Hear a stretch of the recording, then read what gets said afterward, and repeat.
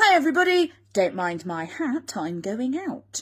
Welcome to Nana and me, day 37. Today I thought I'd ask Nana if she could compare the pandemic to the war for me, because she's living and lived through both, and I thought that we could find out a comparison on what the difference is, if there is any differences at all, if there's any similarities at all. I don't know, so we'll ask Nana.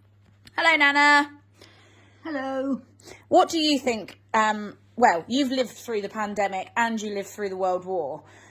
Is there any comparisons? What's the major differences for you?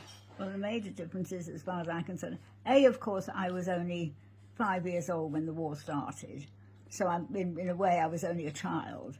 In which case, when you're a child, you're not frightened of anything. So I probably was never frightened in the war. My mother was very nervy. But we had what we call shelters. Lots of people dug deep into their gardens and made a shelter with a really strong top to it. And we'd go there when the air siren went off. We had one in our lounge, which had like big floorboards coming down from the ceiling to the floor with metal on the top, or I don't say tin, and that was our shelter in there. We were very lucky.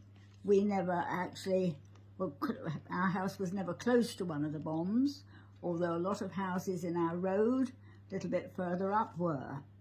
Oh, that's not very nice. As I say, it's difficult to describe unless you live through something like that. You've no idea. I think today things would probably be, in my mind, 10 times worse. What if there was a war today and people had to deal with it today?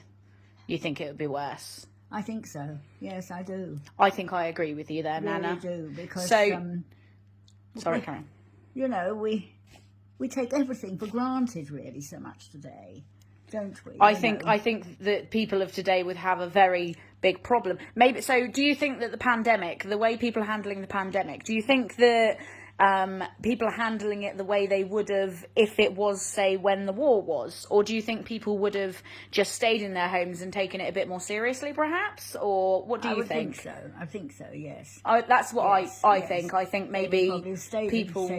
They wouldn't have been pushing all the time, maybe. And for you, which do you think was scarier?